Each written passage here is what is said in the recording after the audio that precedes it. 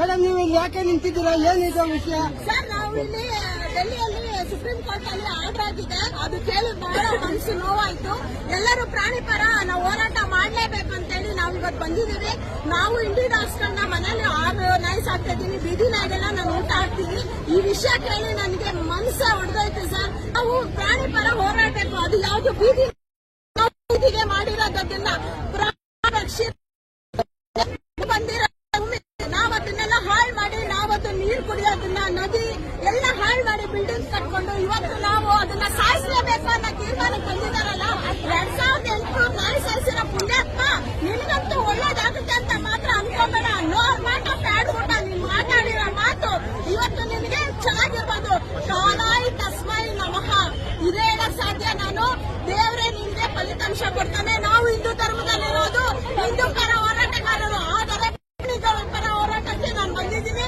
ನಾನು ಪ್ರಾಣಿಗಳಿಗೋಸ್ಕರನೇ ಜೀವ ಇಟ್ಕೊಂಡಿರೋದು. ಇದನ್ನ ಎಲ್ಲ ಶಾಲಾ ಕಾಲೇಜುಗಳಲ್ಲಿ ಸಣ್ಣ ವಯಸ್ಸಲ್ಲಿ ಟ್ಯೂಷನ್ಗಳಲ್ಲಿ ಎಲ್ಲಾನು ಮಾಡಬೇಕು. ಟೀಚರ್ಸ್ಗಳು ಕಲಿಬೇಕು. ಮಕ್ಕಳ ಬಗ್ಗೆ ಮಕ್ಕಳಿಗೆ ತಿಳುವಳಿಕೆ ಕೊಡಬೇಕು. ಪ್ರಾಣಿಗಳು ಮುಖ್ಯ, ಆಮೇಲೆ ನಾವು ಅನ್ನೋದು ಮೊದಲನೇ ಪಾಠ ಕಲಿಸಬೇಕು. ಸೊ ಇದು ನಾವೆಲ್ಲ ಎಲ್ಲರೂ ಬೆಳೆಸ್ಕೋಬೇಕು. ಬೀದಿ ನಾಯಿ ಎಲ್ಲ ಅದು ಇಂಡಿ ಡಾಗ್ಸ್. ಅಂದ್ರೆ ನಮ್ಮ ಭಾರತ ದೇಶದ ನಾಯಿ ಅದು. ಅದನ್ನ ನಾವೇ ಹಾಳು ಮಾಡಿರೋದು. ನಮ್ಮ ನಾಯಿಗಳವು ಅದು ಬೀದಿ ನಾಯಿ ಅಲ್ಲ, ನಮ್ಮ ನಾಯಿ, ನಮ್ಮ ಇಂಡಿ ನಾಯಿ. ನಾವೇನ್ ಹೇಳಕ್ ಇಷ್ಟಪಡ್ತೀವಿ ಅಂದ್ರೆ ಪ್ರತಿಯೊಬ್ರು ಪ್ರಾಣಿ ಪರ ಹೋರಾಟ ಮಾಡಿ.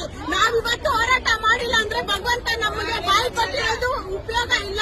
ನಾವಿವತ್ತು ಮೂಕ ಪ್ರಾಣಿಗಳ ಪರ ಬಾಯಿ ಧ್ವನಿಗೆ ಎಲ್ಲ ಬಂದು ಹಿಡಿತಾರೆ, ಆಕ್ಸಿಡೆಂಟ್ ಮಾಡ್ತಾರೆ, ಹೊಟ್ಟೋಗ್ಬಿಡ್ತಾರೆ. ನಾಯಿ ತಾನೆ ಅಂತ ಯಾಕೆ? ಅದಕ್ಕೆ ಆಧಾರ ಕಾರ್ಡ್ ಇಲ್ವಲ್ಲ, ಅದು ಕೇಸ್ ಹಾಕಲ್ವಲ್ಲ, ಓಟ್ ಮಾಡಲ್ವಲ್ಲ, ಅದು ಯಾರ ಆಸ್ತಿನೂ ಗುಳು ಮಾಡಲ್ವಲ್ಲ. ಅರ್ಥ ಮಾಡ್ಕೊಳ್ಳಿ. ಅವನೊಬ್ಬ ವಿಧಾನಸೌಧದಲ್ಲಿ ನಾಚಿಕೆ ಇಲ್ದಿರ ಮಾತಾಡ್ತಾನೆ. 2800 ನಾಯಿಗೆ ನಾನು ದೊಡ್ಡ ಗಂಡಸ್ತನ ಅಂತ ಮೆಚ್ಕೊತಾನೆ. ಶಂಟ ನನ್ನ ಮಗನೇ ಸಾಯಿಸ್ಬಿಟ್ಟು ದೊಡ್ಡ ಗಂಡಸ್ತರ ಪೋಸ್ ಹೊಡಿತೀಯ. ನಾಚಿಕೆ ಆಗ್ಬೇಕು. ನೀನೊಂದು ಮಾತಾಡ್ತಾ ಕಣೋ ಗಂಡಸ್ತ ನೀನು ಎತ್ತು ತಾಯಿ ಹಾಲು ಕುಡ್ದಿದ್ರೆ ನೀನು ಈ ಮಾತು ಮಾತಾಡ್ತಿದ್ದಿಲ್ಲ ಕಣೋ. ನಿನ್ನ ಮಗಳನ್ನ ನಾಯಿ ಕಚ್ಚುತ್ತೆ ಅಂತಿಲ್ಲ. ಎಲ್ಲ ನಿನ್ ಮಗಳನ್ನ ಬೀದಿಯಲ್ಲಿ ಬಿಟ್ಟಿದ್ಯಾ ಓಡಾಡಕ್ಕೆ. ಕಾರಲ್ಲಿ ಹೋಗ್ತೀರಾ, ಎಸಿ ಕಾರಲ್ಲೇ ಸುತ್ತೀರಾ. ಎಲ್ಲಿ ಬಿಟ್ಟಿದ್ಯಾ ನಿನ್ ಮಗಳನ್ನ ಬೀದಿಯಲ್ಲಿ ಆಡಕ್ಕೆ? ಸುಳ್ಳೇನದಲ್ಲಿ ನಾಚಿಕೆ ಆಗಲ್ವಾ ನಿನ್ಗೆ? ಎಲ್ಲರಿಗೂ ಅವೇರ್ನೆಸ್ ಕೊಡ್ಬೇಕು.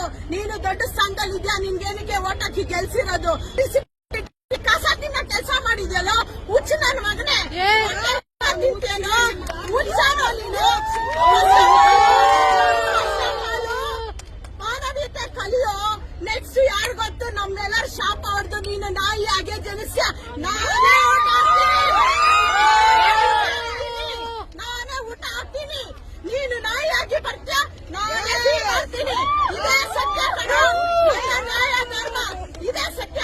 ಅಲ್ಲನೋ ನೀನು ಬಾಯಿಲ್ದಿರ ಹೇಳ್ತೀಯಲ್ಲ, ನಿನ್ನ ಸೀಟ್ಗೆ ನಾವು ಗೌರವ ಕೊಡ್ತೀವಿ. ನಿನ್ನ ಮಾತುಗಲ್ಲ ಕಣ.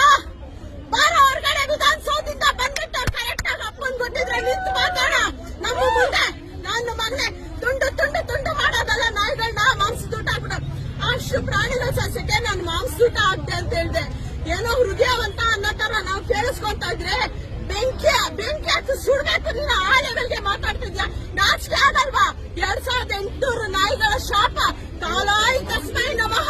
ಕಾಲನೇ ಪಾಠ ಕಲಿಸುತ್ತೆ. ಕರ್ಮ ಎಲ್ಲರಿಗೂ ಶಾಪ ಇದೆ. ಪ್ರತಿಯೊಬ್ರು ಹೊಟ್ಟೆ ಉರ್ಕೊಂಡಿದ್ದಾರೆ. ಈ ಜಾಗಕ್ಕೆ ನಾವು ಬಂದಿದ್ದೀವಿ ಅಂದ್ರೆ ನಮ್ಗೆ ಯಾರು ದುಡ್ಡು ಕೊಟ್ಟು ಬಂದಿಲ್ಲ. ನಾವು ಸ್ವಇಚ್ಛೆಯಿಂದ ಬಂದಿದ್ದೀವಿ. ಪ್ರಾಣಿ ಪರ ಹೋರಾಟ ಎಲ್ಲಿವರೆಗೂ ಹೋರಾಟ. ಪ್ರಾಣಿ ಪರ ಎಲ್ಲರಿಗೂ ಹೋರಾಟ. ಪ್ರಾಣ ನ್ಯಾಯ ಸಿಗೋರ್ಗೂ ಹೋರಾಟ. ನಾವು ಹೇಳ್ತಾ ಇದೀವಿ ಅಷ್ಟೇ. ದಂಗೆ ಎದ್ರೆ ಮಗನೇ ನೀನು ಮಟಾಶ್.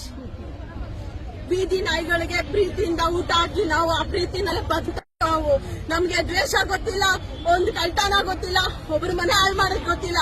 ಊಟ ಹಾಕ್ಬೇಕು, ಅವ್ರನ್ನ ಜೋಪಾನ ಮಾಡ್ಬೇಕು.